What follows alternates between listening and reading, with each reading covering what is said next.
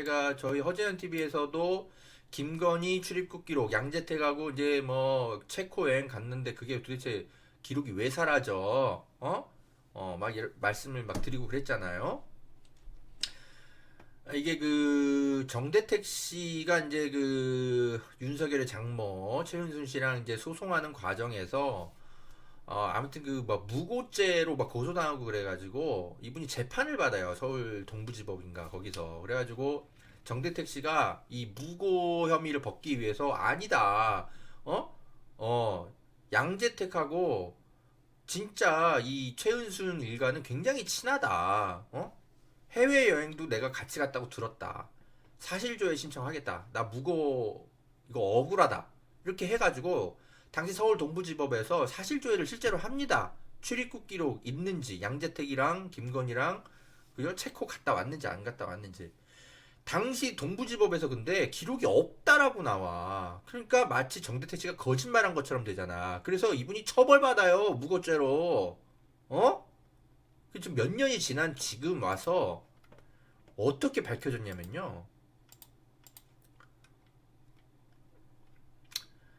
지금 법사위 전체 회의에서 박범계 장관이 밝혔어요. 예.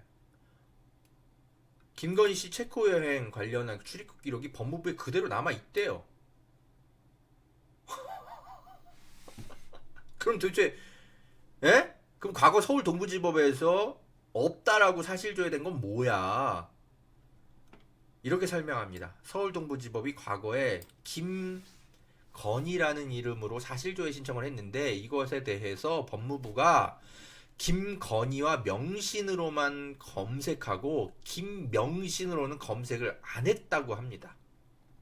에? 그리고 양재택에 대해서는 틀린 주민등록번호로 사실조회 신청이 들어와서 검색되지 않았다고 합니다. 와, 법무부 일 이렇게 합니까?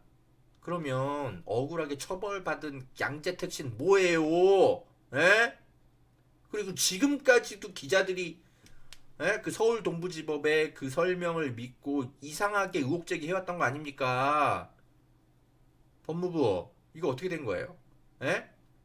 양재택 씨한테 양재택 씨가 지금 이거 국가 상대로 손해배상 소송해야 돼요. 왜냐하면 지금 이 사실조회가 엉터리로 오는 바람에 양재택 씨는 무고죄로 처벌받았다니까요. 감옥 갔어요. 아무튼 여러분, 저는 이제 더 이상 뭐 이 출입국 기록 사라졌다라는 의혹 제기는 안 하겠습니다. 다만 어처구니 없는 일이 벌어졌습니다. 이분 억울해서 어떡해. 출입국 기록 있다네. 어.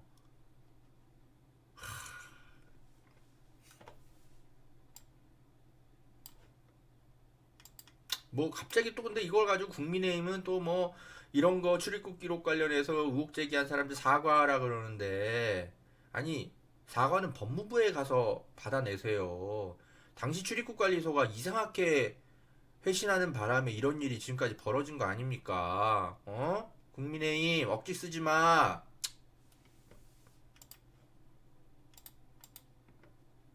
자, 그리고 이거 오늘 굉장히 좀 중요한 것 같아서 제가 이건 서울의 소리 보도인데도 일부러 좀 가져왔어요. 예.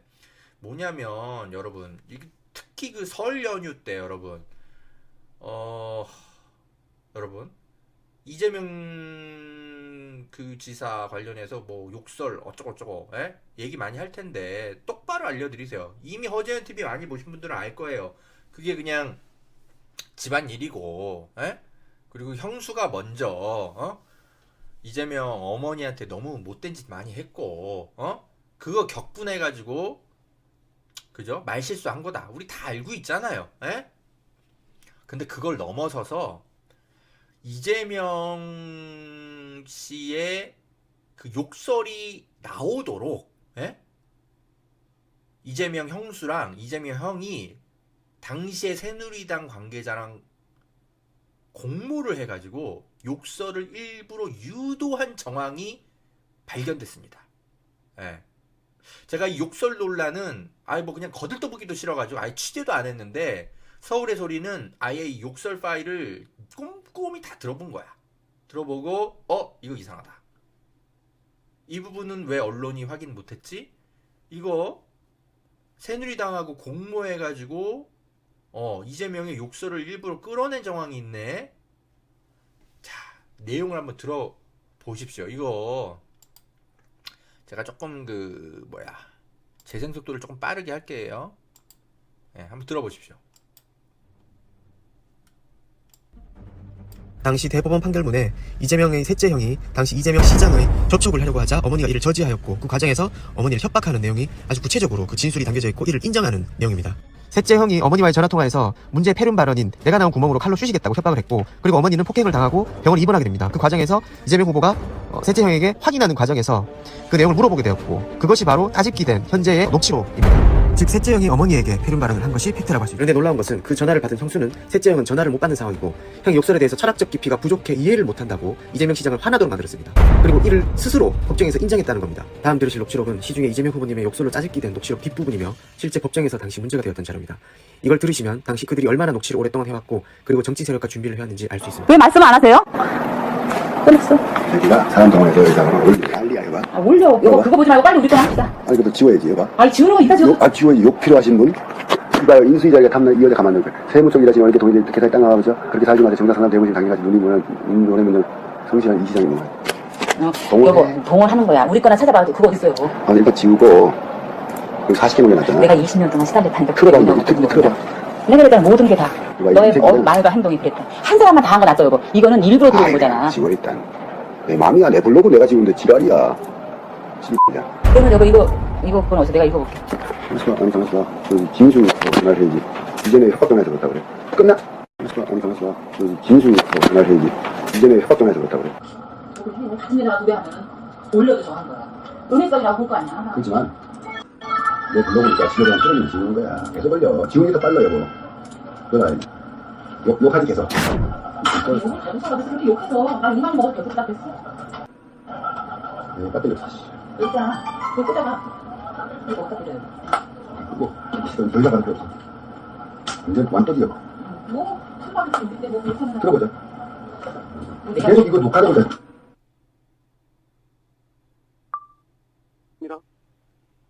이재선 회장인데요. 아, 예, 안녕하세요. 네네. 이재명이 바꿔봐. 아, 지금 시장 회의 중이신데. 새끼 어디 갔어? 그 새끼 어디 행사 갔어? 내가 싸랑 갈 테니까 어디 갔어? 여보세요. 어디 갔냐고? 아, 어디 왜 행사야? 하시냐고요? 뭐라고? 왜 욕을 하세요? 그 새끼 어디 갔냐니까. 욕을 하던 말도 네가 뭐야 이 새끼야? 네가 씨발 야, 이 새끼 뒤질라고. 너 있어? 야 이 새끼야. 네 깡패야 이 새끼야. 너 여보세요. 야 이 새끼야. 뭐 이 새끼야? 이 새끼야. 이 새끼야. 너 새끼 56개 동네 새끼야. 프레카드 붙이는 개새끼야? 이 새끼야. 개새끼? 이재명 바꿔 이 새끼야. 이재명 바꿔 이 새끼야. 개새끼? 그래 이 새끼야. 뭐라고 그래 이 새끼야. 야 너 깡패 이 새끼야. 야 수행 이 새끼야. 진짜 씨발 환장을 했나, 이씨. 그래 이 새끼 죽으라고 했다 이 새끼. 전화 깡패 내가 이 새끼야. 내가 지금 전화 다시 했으니까 내 전화로 내가 할게. 해라 이 새끼 녹음해라 이 새끼야. 내가 내. 이처럼 가족의 아픔을 정치 집단인 형 국민의힘과 박사모 그리고 신의 한수와 같은 수구 유튜브 채널을 통해 형님과 형수를 띄워주고 회유하며 이용했습니다. 그들은 이미 대법원 판결이 났음에도 당시 변호를 맡았던 사람이 아주 치졸하고 야비한 방법으로 판결을 무시하고 다시 끄집어내어 공작과 음해를 하고 있습니다. 가장 잔인한 것이 바로 가족사를 건드는 행태입니다. 자, 서울의 소리 수고했고요. 그래서 핵심만 다시 정리해드리면 뭐 진수희 의원도 나오고 뭔가 이재명의 욕설이 필요하신 분들에게 갖다주기 위해서 뭔가 뭐 어쩌고 막 부인하고 막 대화를 하고 그러죠. 그리고 이재선 씨가 평소 얼마나 욕을 많이 하는지 그리고 그것에 대해서 어떤 그죠?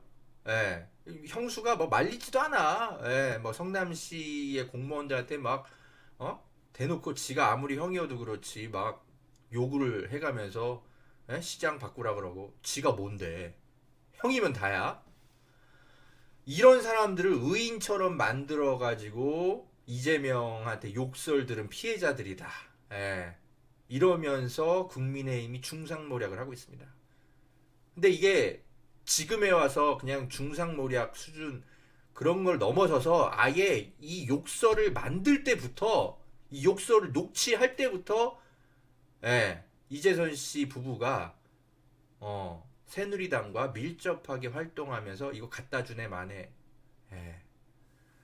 이런 정황 녹취가 나왔습니다. 요런 내용도 좀 정확히 좀 알고 계시기 바랍니다. 이번 설 연휴 때 분명히 이재명 욕설 갖고 이야기하는 친척들이 있을 겁니다. 예, 여러분 정확하게 알려주세요. 자, 오늘 방송 마치기 전에 요 얘기 좀 하나 더 할게요. 이거 진짜 마지막입니다, 여러분. 역대 정권에서 1인당 국민 잠시만요.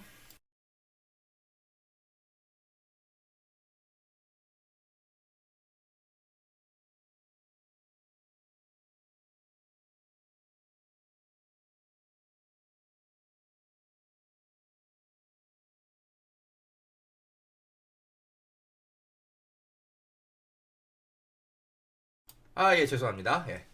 자, 역대 정권, 김대중 정부, 노무현 정부, 이명박 정부, 박근혜 정부, 문재인 정부까지 해서,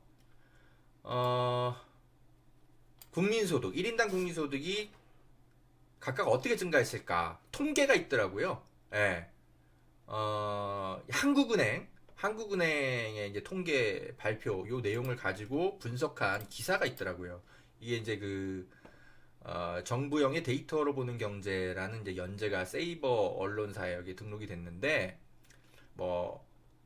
이 표는 이렇게 보시다시피, 이렇게 1997년부터 2020년까지 1인당 국민소득이 어떻게 증가했는지, 이렇게 쭉 보시면 됩니다. 근데 요약을 해드리면, 이겁니다. 김대중 정부 때 증가율이 18%, 노무현 정부 때 증가율이 17.9%, 이명박 정부 때 11.8%, 박근혜 정부 때 16.9%, 그리고 문재인 정부 때 지금 현재 예상되는 게 19.1%가 예상이 됩니다. 네. 자, 보세요. 이명박 박근혜 정부 이때 11%, 16%입니다. 그런데 민주정부 때 어떻게 증가해? 18%, 17%, 19%. 예. 거의 그러니까 18%에서 19%. 가 증가하고 이명박 정부 박근혜 정부 때는 평균 한 13%밖에 증가를 안 한 거야. 그러니까 어떤 정부가 들어서면 1인당 국민소득 증가가 더 많이 됐습니까? 민주정부 때죠.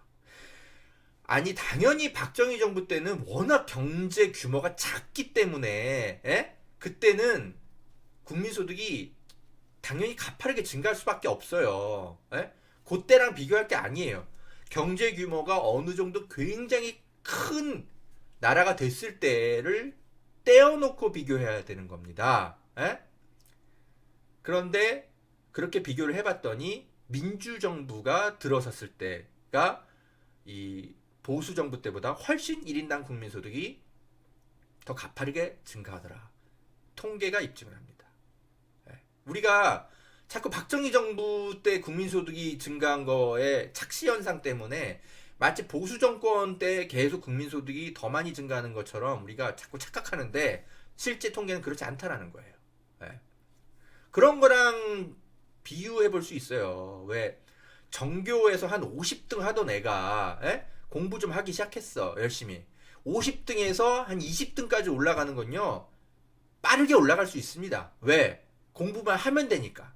근데 20등에서 1등까지 올라가는 건 속도가 느릴 수밖에 없어요. 왜?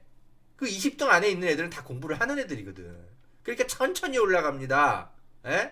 근데 그 50등 하던 때에서 20등까지 올라갈 때 가파르게 증가했다고 해서 그때 내가 참 공부를 잘했었는데 라고 얘기하지 않잖아요. 진짜 중요한 건 20등 내에 들어섰을 때에 공부 잘하던 잘하는 친구들이랑 경쟁했을 때의 실력, 그게 진짜 중요한 거죠. 그래서 실질적으로는 김대중 정부 때부터가 사실은 이제 그때부터 경제 규모가 어느 정도 자리 잡았던 시대니까 그때부터 통계를 봐야 되는 거죠.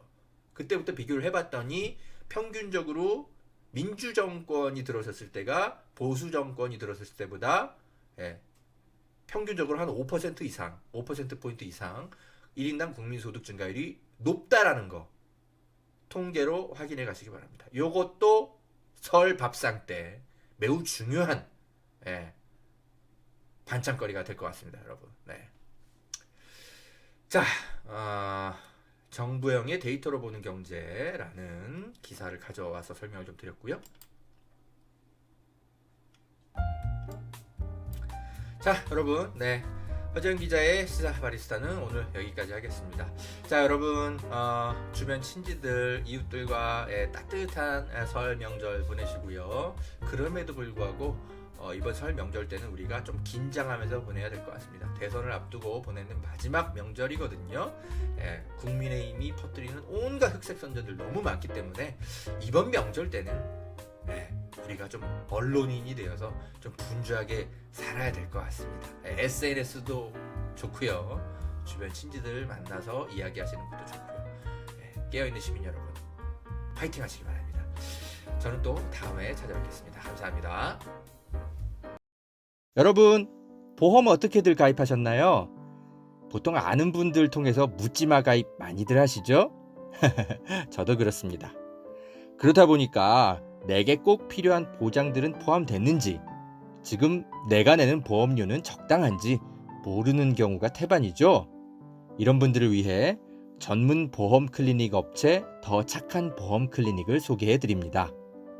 허재현 기자를 후원하시는 분들이 모여 있는 곳이니까 객관적이고 착한 상담 해주는 업체 같아요. 상담 받으실 때 허재현 기자 방송 보고 연락합니다 하고 말해보세요. 업체에는 제가 말해놓겠습니다. 이 광고는 허재현 TV 유튜브 방송 수익 구조 개선을 위해 마련되었습니다. 고맙습니다.